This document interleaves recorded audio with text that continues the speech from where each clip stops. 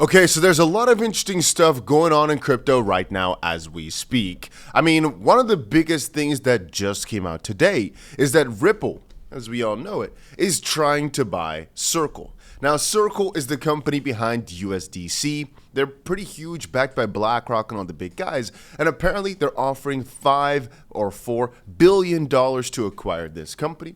Now, I wouldn't really get why Circle would sell, because theoretically speaking, the growth curve on Circle, Tether, and all those is crazy, and Ripple and all them are starting stable coins just to kind of try replicate it. But then again, Circle with their USDC has how big of an asset? Let's quickly check it out. Where is Circle at?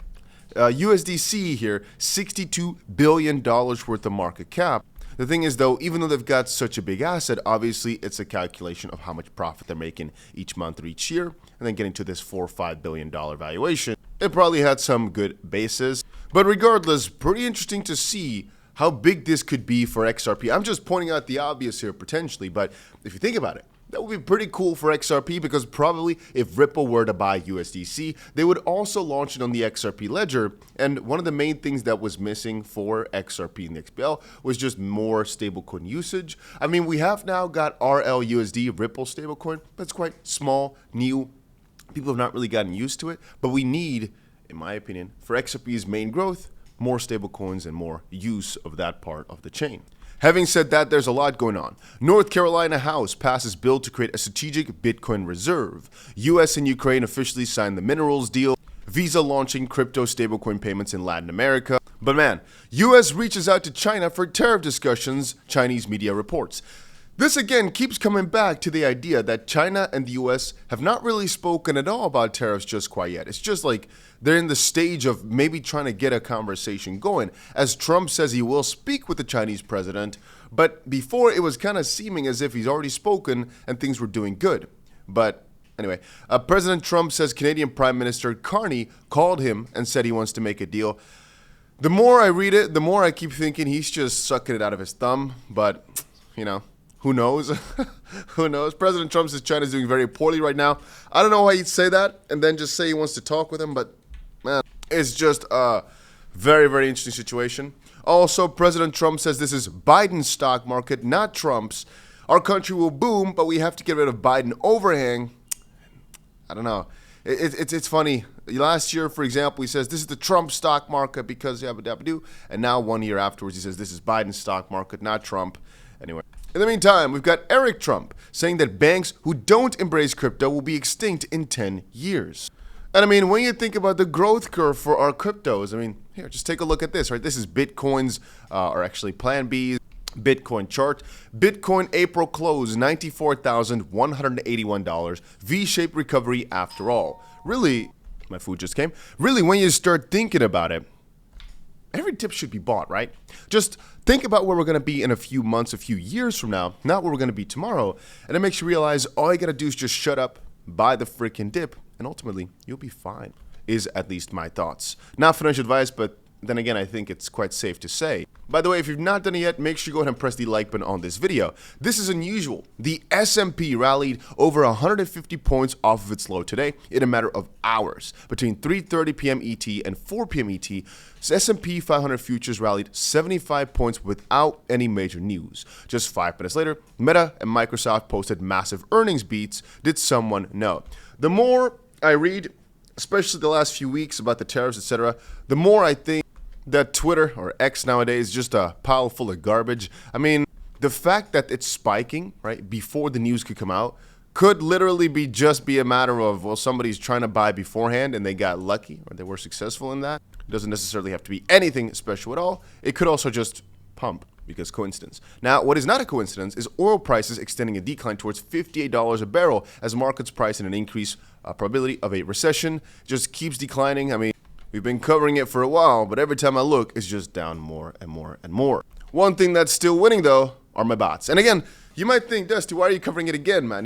Come on, man, because it's just too damn good. So to quickly get you back onto track, what I've done here is I've set up some trading bots, and actually tomorrow I think I'm going to set up one more bot now that some cryptos are a bit more on the low side. What they're doing is they're trading crypto every single day. I mean, right now you can see it's got about 4,000 XRP long open. All right, let's see here. 4,223 XRP, 32 XRP position open, with the liquidation price below the bottom of my grid. And what it's basically doing is it's placing more and more transactions as the XP price goes down lower and lower and lower. And again, the more that we drop, just the more and more that it buys, but also the more that it pumps, the more that it sells. So the lower it goes, the easier it can sell.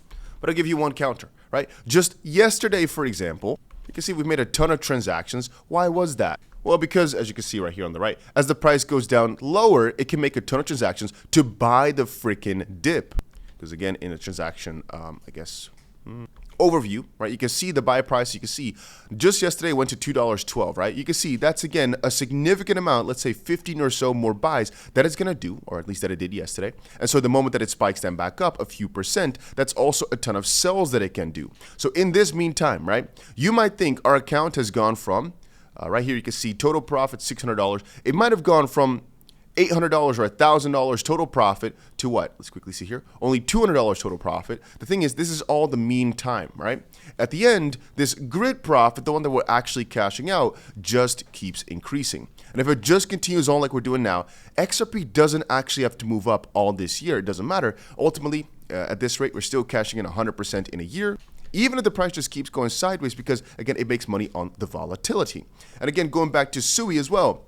A lot of people have been saying, so how's the SUI bot doing? Well, we've gone from, let's quickly see, $116 profit to what? $250 at a loss. Right now, we're back to what? About minus $80 at a loss. But still, actually, we've raked in profit. Why? Because even though we started this bot at $3.66 and right now it's $3.50, what it does, just every single time it drops, just keeps on buying like a maniac. And then once it goes back up, it sells. And as long as we can keep these open, we're making tons of profit. But again, it's really just a relative account size. Like if we're doing this with significantly more money, it'll also look significantly cooler. Right now, because we just put a couple $1,000s in, it doesn't look that interesting to many people. I get that. But on the opposite side, I think this is very, let's call it overseeable. A lot of people probably have at least like a couple, maybe let's say $15,000 or so in the crypto space. At least most people watching have it. I'm not going to say everybody, probably about 8 out of 10. I know there's a lot of people watching that don't have $20 in crypto, but hey, I got to generalize it somehow, right? So that's why I decided to do a 15K account. But again, I've already said it a few times, we're going to up the number.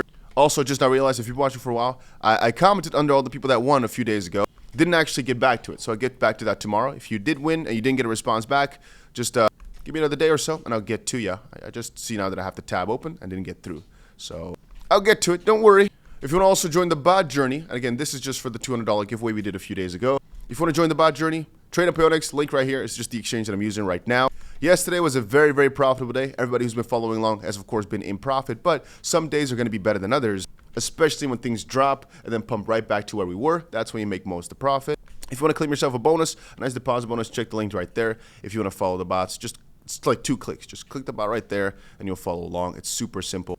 I just now saw another statement from Trump. President Trump says core GDP was up today, despite distortions, and today's numbers reflect Biden, not him. Interesting. Very, very interesting. I see now also the counter to it all.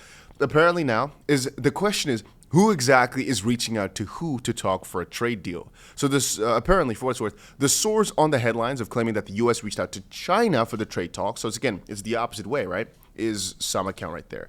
This is apparently an account affiliated with state-run Chinese television. I don't know about all that, right? Again, we do not know. This is both sides just claiming and poking. We do not know exactly what's true to that. And also, theoretically speaking, right, I'm just saying the quiet part out loud here. Even if it is affiliated with this central blah, blah, blah, blah, ultimately, I think only a government or something like that could know who reached out for a trade deal. So it's really strange that it's like a central television related account that shared this when ultimately maybe they got wind of it from the government. I mean, who else would know that another country reached out? I don't know. I feel like that's not that weird. Anyway, China secretly creates a list of U.S.-made goods exempt from 125% tariffs. The U.S. has reportedly reached out to China. Yeah, we talked about that already. The Fed's worst nightmare just got worse. I'm just compiling all the news that I found that I thought was interesting. New data shows us that U.S. GDP contracted. Is